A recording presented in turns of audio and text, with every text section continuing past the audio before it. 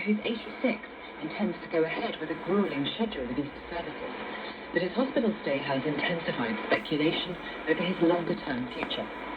A delegation from South Africa's governing ANC is in Moscow for talks with representatives of Russia's largest political party.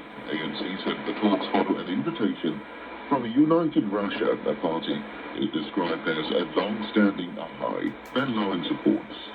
The African National Congress Media Office said the delegation in Moscow was being led by its national executive member, Comrade Obed Bapela.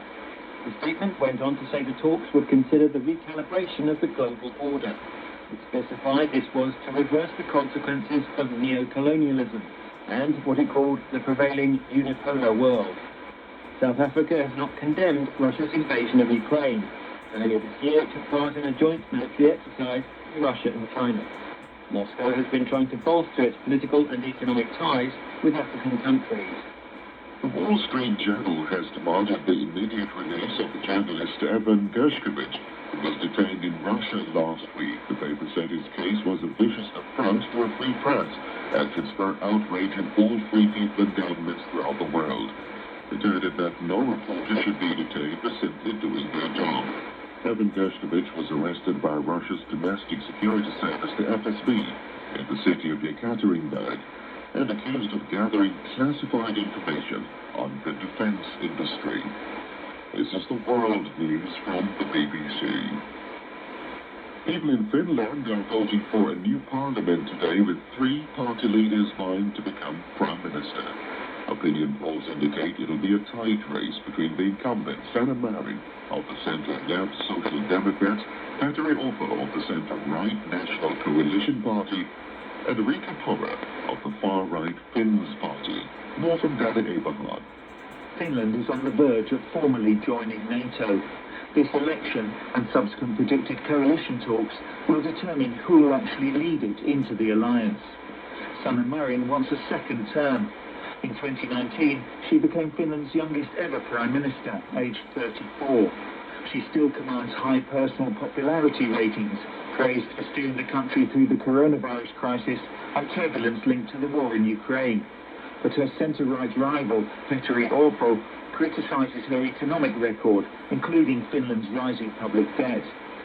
Syria's state news agency has reported that 5 Syrian soldiers have been wounded in an Israeli airstrike near the western city of Homs. The Sana agency said air defense systems had intercepted several missiles, but there have been some material damage to military positions. Israel's military said a Palestinian man rammed his car into a group of soldiers in a village in the occupied West Bank, injuring 3 of them. Other soldiers shot the attacker dead. Public health officials in the Netherlands are warning of the risk of housing asylum seekers on disused cruise ships after completing a scientific analysis of the large typhoid outbreak on one last year. They traced an outbreak which infected 72 people on the Liberty Ann to contaminated drinking water after a wall between tanks containing fresh and wastewater corroded. That's the latest BBC World News. Hello, this is Alex Ritson with the newsroom. At least 21 people have been confirmed dead following Friday's powerful storms and tornadoes in 6 U.S. states. Tennessee, Arkansas, and Illinois were the hardest hit. The newsroom's Andrew Ochieng has more. The commotion at the Apollo Theater in the town of Belvedere in Illinois after heavy winds brought down the roof, killing 1 person and injuring more than 30 people. Jessica Bahena Hernandez, who had been among those listening to a performance by a heavy metal band, told us what happened. I thought it was just like rain, like a cloud passing by, and I was like that's a lot of rain. And then we see that like the doors open, they close it, and then it swings back open because of a gust of wind. The lights go out, I hear noise, everything crashes down, which is the ceiling. We were under like near some pillars, so luckily I feel like that was something that really protected us because those pillars held up the roof above us. As well as in Illinois, deaths have also been reported in Tennessee, Alabama, Indiana, and Arkansas, where Governor Sarah Huckabee Sanders has declared a state of emergency. She said 5 people have been confirmed dead there following a tornado, and there would be help for the victims coming from the state and federal governments. Today has been a very hard day for the state of Arkansas, but the goodness of this is that Arkansas and our Kansans are tough, and we are resilient. And no matter what comes our way, we will get back up the next day and keep moving. Across the affected states, electricity companies said more than 700,000 customers have lost power. Meteorologists have forecast further storms in the next few hours, with damaging winds and isolated tornadoes possible for parts of the northeast of the country. Friday's night of deadly tornadoes comes just 1 week after a rare long-track twister killed 26 people in Mississippi. President Joe Biden visited the state on Friday to pay his condolences and promised federal aid.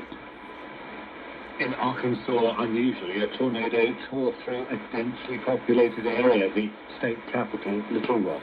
Chief Meteorologist Barry Brandt at the television station kHz told us about the situation there now. The rescue efforts are over. These now cleanup, and it's starting to be a rebuilding effort.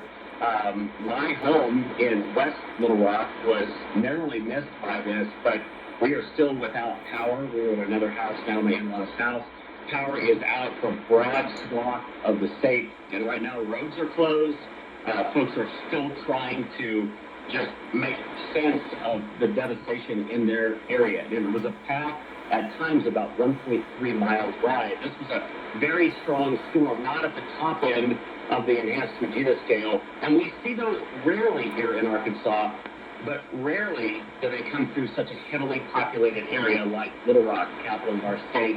And it has turned this city upside down.